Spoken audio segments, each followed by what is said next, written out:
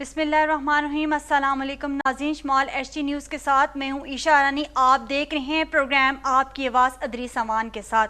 नाज़रीन, आज जिस मौजू पर मैं बात करने जा रही हूँ, पाकिस्तान में एक ऐसा माफिया है जिसे अवाम मुस्तहिक, ज़रूरतमंद और मासूम समझ कर जो बन पड़ता है देने को तैयार हो जाती है, और वो है बैगर माफिया, जिसे गदागर माफिया भी कहा जाता है। हमारे महाशरे में बैगर माफिया ने अपने पंजे कुछ इस तरह गाड़े हुए हैं कि ना चाहते हुए भी उनकी मदद करने को तैयार हैं।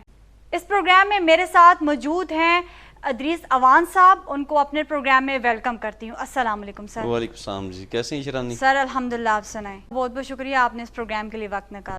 बहुत शुक्रिया स्मार्ट टीवी का कि जो हमेशा हमें मौका प्रोवाइड कर रहा होता है और हम अपनी आवाज़ लोगों तक पहुँचा रहे होते हैं, लोगों के मसाइल पे बात कर रहे होते हैं और लोगों के हकूक़ की बात कर रहे होते हैं। सर, आपकी ईद कैसी गुजरी? ईद के बाद हमारा पहला प्रोग्राम है। जी माशाल्लाह जी, बहुत ज़बरदस्त ईद गुजरी है, काफ़ी मसरूफ़ थी। अच्छा, इस तरह छुट्टियाँ भी काफ़ी ज़्यादा थी जी सर। तो माशाल्लाह सही भरपूर एंजॉय किया हमने। चलें सर, थैंक यू। अच्छा सर, आज का टॉपिक है बैगर माफिया। सर, एक सर्वे के मुताबिक बड़े शहरों की बात करते हैं जैसे कराची, लाहौर, पेशावर, उसमें इस बैगर माफिया के अंदर कुछ ऐसे लोग हैं जो करोड़ों से भी ज़्यादा कमा लेते हैं, एक सर्वे के मुताबिक सालाना। लेकिन हम अपने शहर एबटाबाद की बात करें तो इसमें एक रफ अंदाजे के मुताबिक 7,000 जो हैं वो बैगर माफिया हैं और 70% जो है प्रोफेशनल बैगर्स हैं।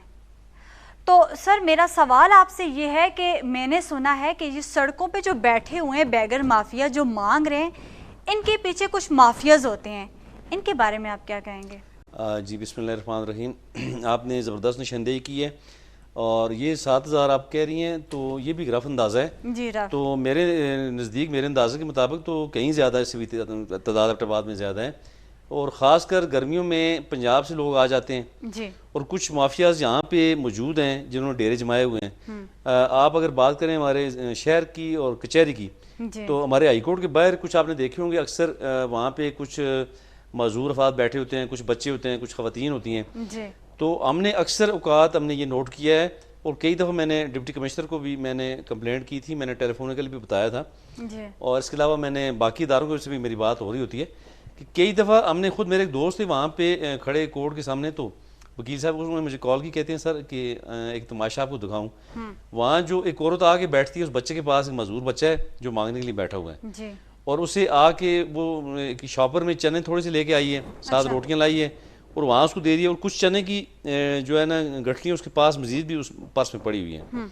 चूँकि इससे ये ज़ाहिर ये हुआ कि और भी उसके मुख्तलिफ जगहों पे बैगर्स बैठे हुए हैं, उसके जो टाउट उसने बिठाए हुए हैं जी। और उन्हें सबको उन्होंने उस टाइम पे वो थोड़ा थोड़ा खाना प्रोवाइड कर रही है और साथ उनसे हिसाब किताब मांग रही है। अच्छा। और जब मैं वहाँ पे पहुंचा तो मैंने देखा कि वो वाकई वो लड़की, उस औरत उस बच्चे पे सख्ती भी कर रही थी कि पैसे इतने कम क्यों हैं, और पैसे उससे ले के फटाफट अपने वो पर्स में वो ठोंस रही थी।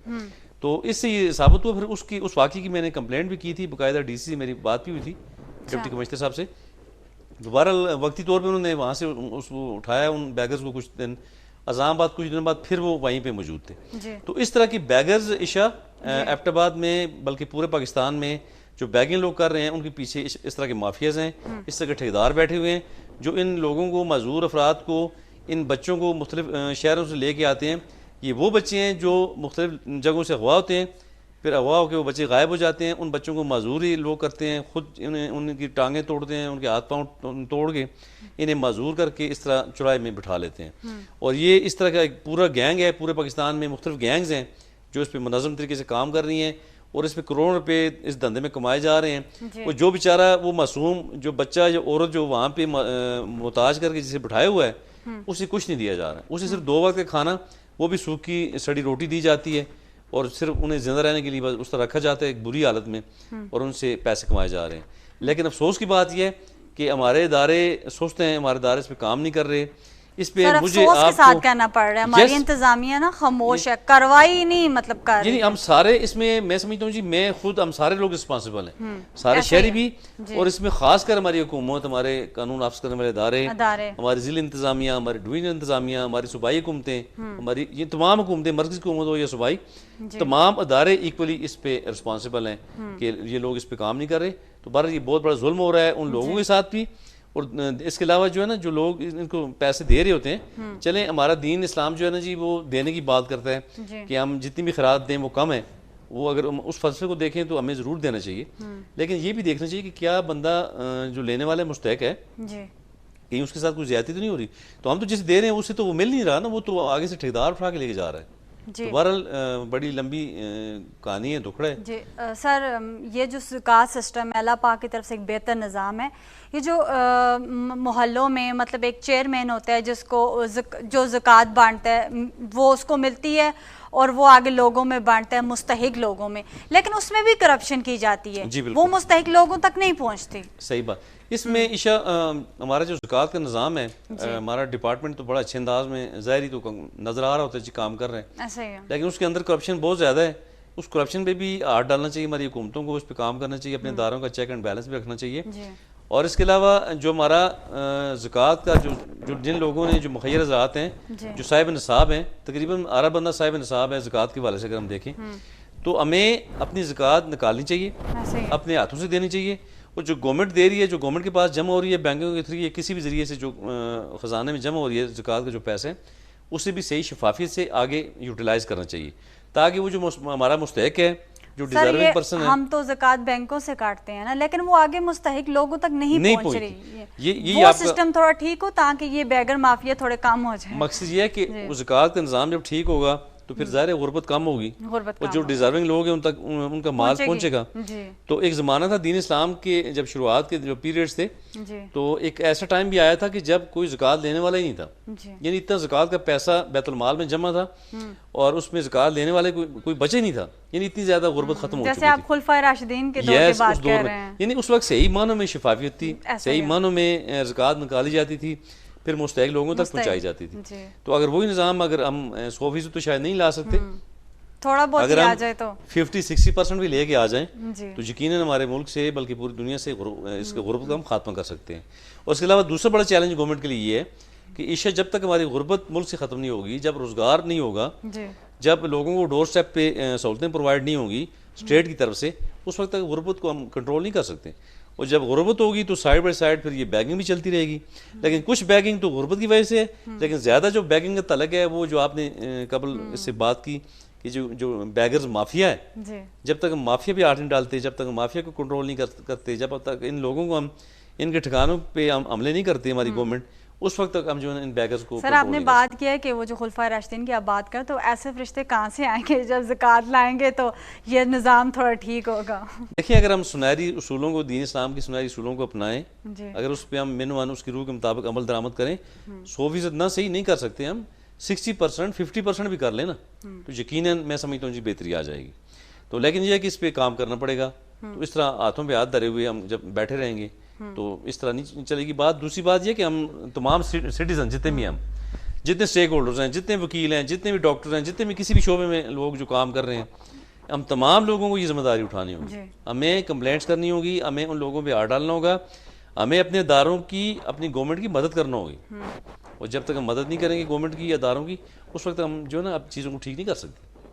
सर वो जैसे अब्टबाज शहर ये मंडिया जदून प्लाजा की बात करें तो जो बेरूपी होते हैं, जो इस चीज़ के मुस्तहिक नहीं हैं, और बाहर से भी लोग आके इधर मांगने होते हैं, और लड़कियों का भी उन्हें रूप धारा होता है जी। हाँ, उसमें लड़कियों को हिरासा भी करते हैं सर, औरतों को। असल में ईशा ये जो ट्रांसजेंडर कम्युनिटी है जी, ये भी बड़ी दुखी कम्युनिटी है, जो ये ख्वाजा सरा लोग हैं। लेकिन याद रखें जो सही ख्वाजा सरा लोग हैं वो मुस्तहिक भी हैं, उनका हक भी बनता है, उन्हें आप दें भी, प्रोवाइड भी करें उन्हें हर चीज़, और उन्हें आप रोज़गार भी दें। और जो गवर्नमेंट इस पे के लिए अभी हमारे ख्वाजा सरा पे भी आएंगे, वो बाद में मुस्तहिक हैं, लेकिन मैं बेरूपी की बात कर रही हूँ। जी बिल्कुल। जो खवातीन बाहर से आते हैं मांगने के लिए, यंग लड़के हैं और वो अच्छे खासे हैं, मेहनत मजदूरी भी कर सकते हैं, लेकिन वो उन्होंने औरतों का रूप धारा होता है, और औरतों के रूप में वही आप उन लोगों की बात कर रहे हैं ना, सर देखें जो कि ख्वाजा सरा की रूप धारा हुआ है, जिन्होंने औरतों ने कपड़े पहन के मेकअप किया हुआ है बाकायदा, वो एक ख्वाजा सरा बन के लोगों तो ये जो असल ख्वाजा सरा है उनका भी याक मार रहे होते हैं। देखिए जो असल ख्वाजा सरा है ना वो तो सही मुस्तहिक लोग हैं, यही बात है। और मैं आज के इस फोरम के हवाले से मैं अपने नाजरीन को, अपने सामीन को बताना चाह रहा हूँ कि देखें वो दुखी इंसानियत है। ख्वाजा सरा डिजर्विंग लोग हैं जी, वो मेरी और आपकी तरह के इंसान हैं। बिल्कुल। हमें कोई हक नहीं पहुंचता कि हम उनके साथ कोई भी ज्यादती करें, उन्हें हरासा करें, उन पर फिक्रे कसें। और उनकी अक्सर मैं उनकी राइट्स के लिए बात करता हूँ तो वो उनकी अक्सर ये शिकायत होती हैं शिकायतें जी कि हमें जो है ना जी जहाँ कहीं हम जाते हैं हमें हम पे फिक्रे कसे जाते हैं, हमारे साथ तरह तरह के मजाक किए जाते हैं और हमें यानी ना कुछ दिया जाता है और ना ही हमें सुख से जीने दिया जाता है। तो इसलिए हमें इन लोगों के राइट्स का ख्याल रखना होगा। लेकिन याद रखें कि तमाम लोग ख्वाजा सराओं की कैटेगरी में नहीं आते। कुछ लोग बेरूपी हैं, कुछ लोग जो है इस आड़ में जो डांसिंग भी कर रहे होते हैं, बैगिंग भी कर रहे होते हैं, जुराइम भी कर रहे होते हैं और इवन के घरों में चोरियों चिकारियों में भी वो इन्वॉल्व होते हैं। और कई दफ़ा ख़वातीन को असासन करने के वाले से भी ये लोग कई लोग इसमें मुलव्वस पाए गए। तो इसलिए हमने इस बैगिंग के रूप में जितने लोग भी हैं उनके खिलाफ हमने एक्शन लेना है और हमने जो सही मानों में डिजर्विंग लोग हैं उनको हमने अलग से देखना है और जो नॉन डिजर्विंग हैं, जो बेरूपीय लोग हैं, जो बैगर्स माफिया है जो 70% तकरीबन बताए जा रहे हैं, तो उनके खिलाफ हमने एक्शन लेना है। सर कुछ टाइम पहले हमने आवाज़ भी उठाई थी ये जो बेरूपी हैं और इस हवाले से हमारी पुलिस ने एक्शन भी लिया था, लेकिन फिर वो कुछ टाइम बाद वो बिल्कुल खामोश हैं। और इसमें मैं ये आपसे भी कहना चाहूँगी आप भी वो आवाज़ उठाएं, हम भी बोलेंगे। तो अभी इंतज़ामिया कुछ भी नहीं कर रही, कुछ तो करना चाहिए ना उनको इन बेरूपियों के हवाले से। कोई कंप्लेन आती है वो लोग एक्शन लेते हैं। जी बिल्कुल जी, सामने नज़र आता है, आपको पता है जी। हाँ, उसमें दरअसल ज़ाहिर है गवर्नमेंट के पास कोई कंप्लेंट्स भी आनी चाहिए, हमारी तरफ से शहरियों की तरफ से भी आनी चाहिए। तो गवर्नमेंट को इटसेल्फ खुद भी इस पे जो है ना इनिशिएट करना चाहिए।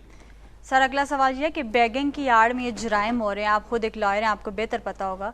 तो ये इतने ज़्यादा घरों में आपको पता है ये जो ख़वातीन जाती हैं मांगने, मतलब इस तरह जाती हैं कि बिल्कुल बेकारियों की तरह, और वो उनका ये पूरी गैंग होती है उनकी, राइकी करती हैं और दिन को घरों का विजिट करती हैं, फिर आके अपने मर्दों को बताती हैं, फिर वो चोरियां भी होती हैं। ये मतलब जुराइम ज़्यादा बढ़ गया है इसमें ईशा के पिछले चंद सालों में, ये जो लास्ट 4-5 ईयर्स हैं, इसमें मुतअद्दिद वाक़यात ऐसे सामने आए हैं कि औरतें घरों में गई हैं, पानी मांगने के बहाने अंदर घुसी हैं और जी कुछ ना कुछ मांगने, खाने पीने के लिए कुछ चीज़ मांगी है। रमज़ान में तो इसी दौरान ख़वातीन को बेहोश किया गया, उन्हें कुछ दवाई सुंघाई गई, उसके बाद घर को लूटा गया, ज़ेवरात लूटे गए और वहाँ से रफू चक्कर हो गई। यानी कई ऐसे वाक़यात हमारे एबटाबाद शहर की बात करें, पूरे मुल्क में ऐसे वाक़यात हो रहे हैं, लेकिन एबटाबाद शहर की मैं बात कर रहा हूँ सर। अभी रिसेंटली भी इतने वाक़यात और इस तरह ये जो मांगने वाली ख़वातीन है ना जो घरों में जा रही हैं, इनसे आप होशियार रहें।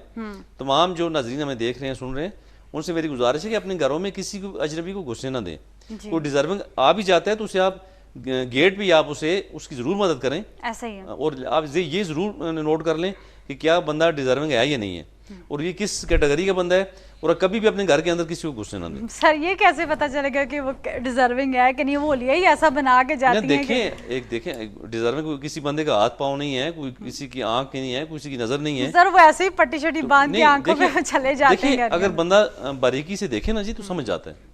इंसान को अल्लाह ने बड़ा सेंस दिया हुआ है, बड़ा अच्छा दिमाग दिया हुआ है, इसे इस्तेमाल करना पड़ेगा। आप यानी आप रिस्क ना लें ना, आप क्यों अजनबी बंदे को अंदर घर में लेके चले गए हैं, ठीक है ना? तो ये तमाम शहरियों को इस पर सोचना होगा, हमें भरपूर तरीके से काम करना होगा और इन लोगों को शराफ्त करना होगा। और इन जो लोग वाकई इन चीज़ों में इन्वॉल्व हैं, जो कल्प्रिट्स हैं, जो मुजरिम हैं, उनके खिलाफ हमने एक्शन लेना है।